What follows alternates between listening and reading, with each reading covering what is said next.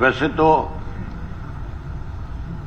जब से सरकार बनी है भाजपा की, लगातार भ्रष्टाचार के मामले रोजाना उजागर होते रहे। अनेक घोटाले हुए जिनके बारे में अनेक दफा यहाँ पे चर्चा हुई, अनेक दफा आश्वासन मिला कि हम जांच कराएंगे। आज तक उनकी कोई जांच नहीं हुई।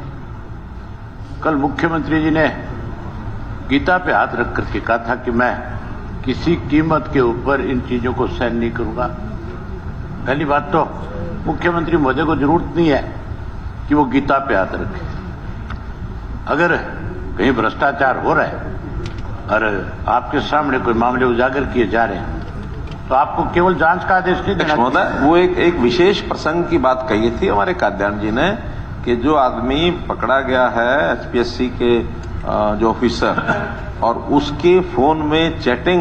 न्यू दुर्गा ज्वेलर्स सिरसा, खारिया वाले प्रभुजी सोनी व पीली मंदोरी वाले सज्जन सोनी का भारत सरकार द्वारा मान्यता प्राप्त मशहूर hallmark jewellery showroom new Durga jewellers, Parshuram Chowk, Sirsa. अधिक जानकारी के लिए संपर्क करें 9813932001 या 9466697217 है। उसमें किसी ऑफिसर का नाम है। तो मैंने उस एक मुद्दे को छूटा नहीं, उन्होंने स्पेशल कहा कि आप तो गीता के मानने वाले हैं और वो तीर लगा दें। ये मैं कह रहा हूं ना, उस संदर्भ में मैं गीता पर विश्वास रखता हूं। उनकी बात पर मैंने एक प्रकार से उसको कंफर्म किया। गीता पे दिक्कत नहीं है, गीता पे विश्वास तो सबको है, लेकिन उन्होंने स्पेशली कहा।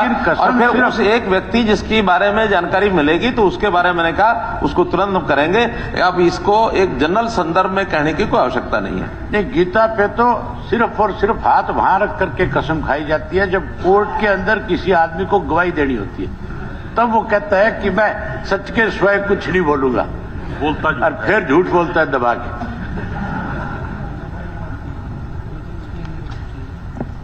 मेरे से पहले भी ये मामला मलिक साहब ने उठाया था। अभी मैं कुछ प्रमुख जो घोटाले आपके और इस डिपार्टमेंट में अकेले में है, तो सारे डिपार्टमेंट बचा हुआ तो कोई भी नहीं। नहीं, एक लेकिन इसके जो प्रमुख है, नहीं, आपने जो इन्फॉर्मेशन मांगी है, हाँ, मैं वो इन्फॉर्मेशन आपको मिल गई है कोई विशेष, क्योंकि ये तो 731 टोटल आपके पंचकूला का भी जिक्र करूंगा। 731 मामले हैं, एक एक को डिस्कस करोगे तो पंचकूला का मामला भी है मेरे पास। नहीं, सब होंगे मेरे पास। आपको सुनना चाहिए ना, ताकि आपको तो पता लगे कि आपके नीचे बैठे अधिकारी क्या कर रहे हैं। एक मामले को डिस्कस नहीं कर सकते। मैं जो आपने प्रश्न पूछा उसका आंसर आ गया कि कितने मामले एंटी करप्शन ब्यूरो के पास है, कितने दूसरे पुलिस के पास है, उसका जवाब आ गया। मैं सप्लीमेंट्री नहीं पूछ सकता। नहीं पूछे, सप्लीमेंट्री पूछे, पर एक आता है मेरे साथ भिड़ने में। एक घोटाले को कहाँ 731 केस है, 731 केसेस को एक को डिस्कस करेंगे क्या? मैं एक की बात ही नहीं कर रहा, मैं तो जो मुख्य है वो बता रहा हूँ। नहीं, मुख्य बहुत है। इतनी देर में मैं पढ़ देता जितनी देर आपने मेरे साथ लगा दी। अब बोलिए। सारे लोग आपके और मेरे मजे लेते हैं, कहते हैं जब आपस में खड़े होते हैं तो पता नहीं क्या। नहीं, मैं कहता हूं कि जो क्वेश्चन तो आपका आ गया, मैं जवाब दे दूं। सुनो, आप कहाँ आ गया? फरीदाबाद नगर निगम में 200 करोड़ का घोटाला है, उसका क्या हुआ उसके बारे में बता देना। गुड़गांव नगर निगम में सॉलिड वेस्ट मैनेजमेंट, हेल्थ और सैनिटेशन, कूड़ा उठान पे संबंधित 100 करोड़ रुपए, 180 करोड़ का घोटाला है, उसके बारे में बताओ। सोनीपत नगर निगम में टेंडर व कूड़ा उठान और सर्विस चार्ज घोटाला है। इसी तरह करनाल नगर निगम में स्ट्रीट लाइट का और सीवरेज का, अवैध कॉलोनियों की रजिस्ट्रियों को लेकर के भी है। उसके अलावा पंचकूला नगर निगम में, ये आपके भी है, कचरा जो है उसको निस्तारण के नाम पे करोड़ों रुपए का घोटाला है। उसके अलावा एक और घोटाला आपके है, वो और बता देता हूँ। नगर निगम पंचकूला में मात्र एक पोस्ट थी जो पंचकूला वाला, उसको तो विजिलेंस जांच हमने करवाई है, खुद नहीं, मैं आपसे पूछना नहीं चाहता, मैं तो यहाँ पूछना चाहता हूँ। पंचकूला के अंदर मात्र एक प्रोजेक्ट अफसर की वैकेंसी थी जिसके अगेंस्ट में आपने 25 भर्ती कर दी है। उसकी क्वालिफिकेशन भी जो रखी गई थी वो बीटेक रखी गई थी, बीटेक को इग्नोर कर दिया गया और डिप्लोमा धारक जो है 25 आदमी उसकी जगह भर्ती कर दिए गए। उन जिनको प्रोजेक्ट अफसर लगाने की बात थी उनको उस पोस्ट से हटा करके जेई की पोस्ट पे लगा दिया, डिप्लोमा वालों को जो है, और 25 को वहां लगा दिया जहां 13 पहले से जो जूनियर इंजीनियर जो लगे हुए थे उनको वहां से ट्रांसफर कर दिया और उनकी जगह भर्ती कर दिया। उनमें एक आपका रिश्तेदार भी है ना? कोई भी हो सकता है, नहीं, है ना? क्वालिफिकेशन पूरी करेगा तो कोई भी हो सकता बिना है। खर्चे की बात कर रहा हूं। कोई भी हो सकता है। अपने लोगों को एडजस्ट करने के लिए किस तरह से लोगों को ट्रांसफर कर दिया जाता है, और ट्रांसफर करके खाली पोस्ट है करके फिर उनकी पता नहीं आपके कितने रिश्तेदार सरकार के अंदर भिवानी नगर निगम में कराएगा। भिवानी नगर आपके रिश्तेदार भी बहुत हो सकते हैं। भिवानी नगर परिषद के अंदर भी चेक और फर्जी रसीदों के नाम पे 3,83,57,000 रुपए का घोटाला हुआ। हिसार निगर निगम में आपके खुद के हल्के के अंदर मेन पावर मुहैया कराने वाली एजेंसी को लाखों रुपए जारी करके घोटाला किया गया। उसके इलावा अंबाड़ा नगर निगम आपके भी, जहां पे 5 करोड़ रुपए तो उसके कूड़ा उठान के नाम, उसके अलावा स्टेडियम के निर्माण के ऊपर भी 86 करोड़ रुपए का घोटाला हुआ है। अध्यक्ष महोदय, सरसा नगर निगम में ये सब शिकायतें हो सकती हैं। शिकायतें होने के बाद उसके खिलाफ एफआईआर लिखी जाती है, वो अंडर ट्रायल है, तो ये पूछ रहे हैं भी इसमें कौन सी जांच हुई है? कोई चीज शिकायत में आई है और उसको हम ये मान लेंगे कि ये घोटाला हो गया, ये घोटाला हो गया, ये घोटाला हो गया, फिर तो ये 1000 शिकायतें हैं। 1000 शिकायतों में अगर सबके सब आप तो जो मुख्य है जो हुए हैं उनके बारे में जिनकी आपने एफआईआर कर ली, सैद्धांतिक बात बता रहा हूँ।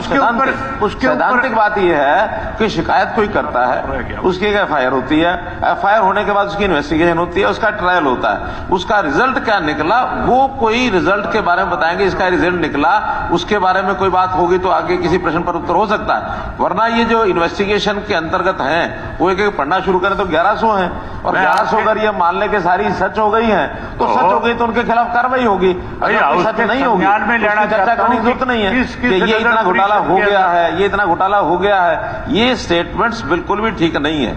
ये अंडर इन्वेस्टिगेशन, अंडर ट्रायल है। अगर घोटाला पाया जाएगा तो उसके खिलाफ शिकायत की जाएगी। इस प्रकार से इसको प्रोजेक्ट करने की आवश्यकता नहीं है। नहीं, आवश्यकता क्यों नहीं है? चलिए, अगर कहीं घोटाले हुए हैं तो बताए जाएंगे। धन्यवाद अभय जी। ईश्वर सिंह जी, बस ईश्वर सिंह जी,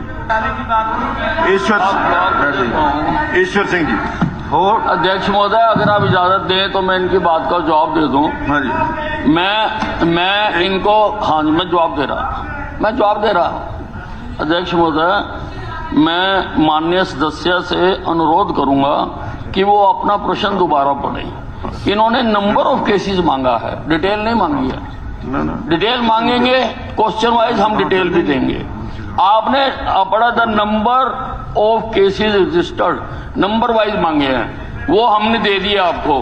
अगर आपने किसी केस का पूछा है उसका सेपरेट क्वेश्चन लगाना पड़ेगा। और जहां तक आपने ये कहा कि हर डिपार्टमेंट में घोटाले बढ़ते ही जा रहे हैं, ये तो देखने का नजरिया है। किसी को गिलास आधा भरा हुआ नजर आता है, किसी को गिलास आधा खाली नजर आता है। पुराने समय में ये केस पकड़े नहीं जाते थे, हम पूरी ताकत लगाकर इनको पकड़ने की कोशिश कर रहे हैं। हमने स्टाफ बढ़ाया है, हमने साधन बढ़ाए हैं, तरीके बढ़ाए हैं ताकि हर आदमी को पकड़ा जा सके। अब पकड़ने की बजाय तो कहीं भी हो, मेरा नंबर मालिक साहब, मैंने लिख के दिया हुआ है, वो मैंने लिख के दिया हुआ है, ये तो मैंने लिख के दिया हुआ है। अरे भाई, मैंने लिख के दिया हुआ, वो मैंने लिख के दिया हुआ है। अरे मैंने ही कराई है, अरे मैंने कराई है, मैंने ही कराई है। जो आप ऐसे मंत्री जी को बिठाया जाए। मेरी बात सुनिए, आप ऐसे ही कोई बात नहीं कह सकते। आप डिटेल मांगते, हम डिटेल देते। आपने नंबर मांगे, हमने नंबर दे दिया, नंबर सबके सामने आ गया, हमने कॉम्प्रिहेंसिव रिप्लाई दी है। आप ऐसे एक एक केस का पूछने लगोगे तो कैसे बताया जा सकता है? आप उसकी प्रायर सूचना दो, हम उनके भी उत्तर देंगे। मतलब बताने की जरूरत ही नहीं है, आप तो हिस्सा लेते और छोड़ देते। अभय जी हो गया। ईश्वर सिंह जी।